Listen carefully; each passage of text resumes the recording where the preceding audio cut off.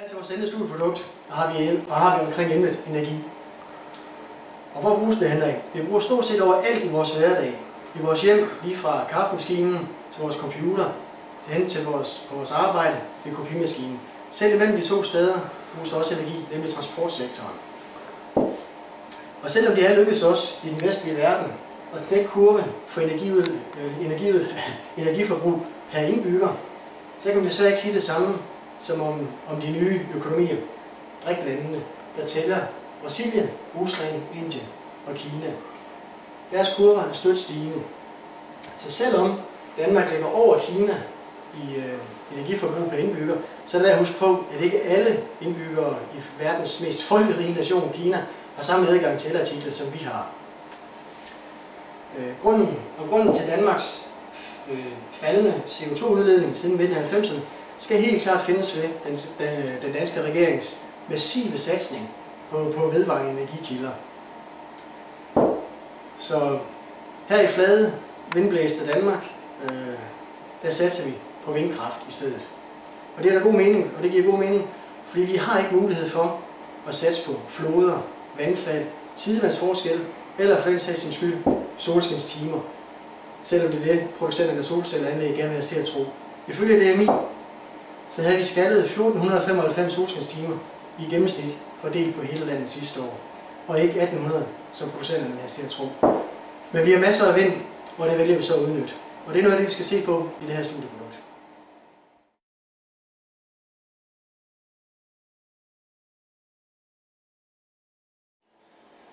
Velkommen tilbage igen, efter Nikos indlæg omkring det her vedvarende energi, hvorfor vi har valgt det. Det vi kigger på, det er i forhold til de naturfaglige arbejdsmåder, i forhold til vores undervisning.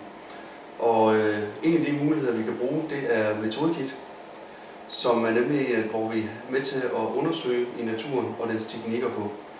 Her er målet så at gøre eleverne bevidste om forskellige måder, vi kan arbejde på, med emner, fænomener og i dialog med hinanden. Principperne i den her model her, metodemodellen, som vi kan se heroppe, det er en måde at organisere, anskueliggøre forskellige begreber i naturfagens metoder.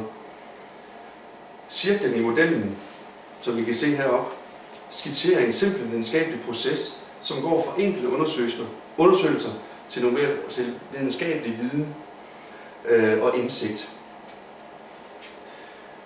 Så vi kører rundt her, så kommer vi ned i forhold til det, der hedder undersøgelse og måling og dataindsamling. Og så lige klikker videre her. Den er delt op i 5 forskellige. Den første, vi har heroppe, det er modeller. Modeller, det kan være de teoretiske modeller, som vores diagrammer, illustrationer, tabeller, som vi finder i forskellige lærebøger. Fysisk kan det også godt være for eksempel akvarium. Det kan være plastikmodeller af for eksempel kroppen. Men også, som jeg sagde lidt tidligere, i forhold til grafer også. De her redskaber her, de kan være hjælp til eleverne, når de for eksempel, ikke er til stede. Det kan være ude i verden, det kan være, så kan man se gennem billeder og illustrationer af det. Den næste vi har, det er at prøve dig frem.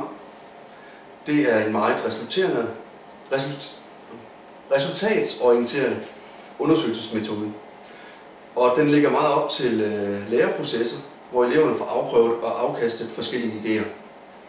Den ligger ligeledes meget op til åbne opgaver. Og det kan fx være at bygge en bro eller få en pære til at lyse. Det næste punkt, det er observationer. Observationer, det involverer alle vores sanser, som vi kan forstærke ved hjælp af hjælpemidlerne. De her hjælpemidler, som vi kan bruge i naturen, det er i forhold til loops. Det kan være vores kameraer, billeder osv. Og målet med de her observationer, det er jo selvfølgelig at systematisere den indsamling data, vi får, og som kan gøres, at vi kan organisere og vi kan fortolke den. For eksempel kan det selvfølgelig være, hvis man tager ned til et nærliggende vandhul og studerer det dernede. Så har vi spørg, læs og søg. Det siger lidt sig selv. Det er det her med, at vi får søgt viden inde på igennem internettet eller i bøgerne og igennem dialog for at snakke sammen omkring de forskellige ting. Den sidste hernede, det er eksperiment. Målet med eksperiment, det er at undersøge sammenhængen mellem en bestemt årsag og virkning. I et eksperiment, der ændrer vi kun én variabel og holder alle andre konstante. Den består så af 3 variabler. Den første, det er den variabel, man ændrer, det vil sige årsagen. 2, det er den variabel, man observerer, måler på, det er virkningen af det. Og 3, det er de variabler, man holder konstante, fordi de kan nemlig have betydning for selve virkningen af forsøget. Og man kan så kontrollere de her variabler. Og variabelkontrol, det dækker alt i forhold til vores udstyr, det vi bruger. Det kan være gennemførelsen, det kan være helt lidt til tilrettelæggelsen. Det er måden, vi vælger at måle de her data på. Det er også her, at i elevernes arbejde med eksperiment, at men vi er meget nede i den her variabelkontrol, fordi det er den, der viser udsvinget i forhold til de data, vi får ud af det. Det vigtige, når man har arbejdet med den her metode, det er, at der er ikke kun én. De overlapper også hinanden i det. Og det gør det faktisk til et rigtig godt redskab at bruge. Det var så lidt i forhold til MetodeLab, som vi har valgt at bruge her i. Nu vil vi gå videre til det lidt omkring cognitive learning og bruge det i forhold til gruppe.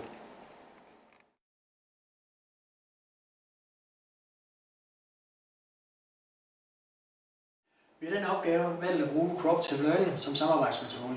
Og det har vi gjort ud fra, at der er mange praktiske øvelser i faget naturteknik, og MetodeLab-modellen ligger op til at bruge de her praktiske øvelser.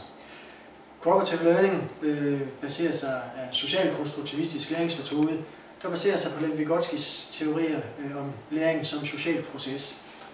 Læring sker i samspil med andre elever, hvor man har mulighed for at blive set af sine elevvenner, hørt af sine elevvenner, og man får anerkendelse af sine elevvenner, og man har mulighed for at hjælpe sine elevvenner. Det er det, som Vygotski kalder den zone for nærmeste udvikling. Man har mulighed for at hjælpe sin elevkammerat, der ikke er så skarp, op i ens egen zone, hvor man selv er stærk. I cooperative learning, der er elevinteraktion utrolig vigtig, sparring og feedback. Og ydermere så er de fysiske rammer for cooperative learning meget, meget vigtige. Og nu skal vi se på en af dem her. Hvis vi her har et bord med 4 elever på, altså en gruppe, så vil elev 1 typisk være den hurtige i gruppen. Elev 2 vil være en middelelev. Elev 3 vil også være en middelelev. Og elev 4 vil være en knap så hurtig elev. Ideen er så, at der bliver stillet en opgave. Hver elev tænker individuelt over løsningsforslag til opgaven. Efter et vist stykke tid skal de dele med deres skuldermarker og sammen nå frem til den løsning, de finder bedst eller mest brugbar. Det samme gør gruppen herovre. Når det så er sket, fremlægger de deres løsningsforslag for den ene gruppe, og den anden gruppe fremlægger også deres løsningsforslag. Og tilsammen skal gruppen komme til den bedst mulige løsning for projektet eller for spørgsmålet.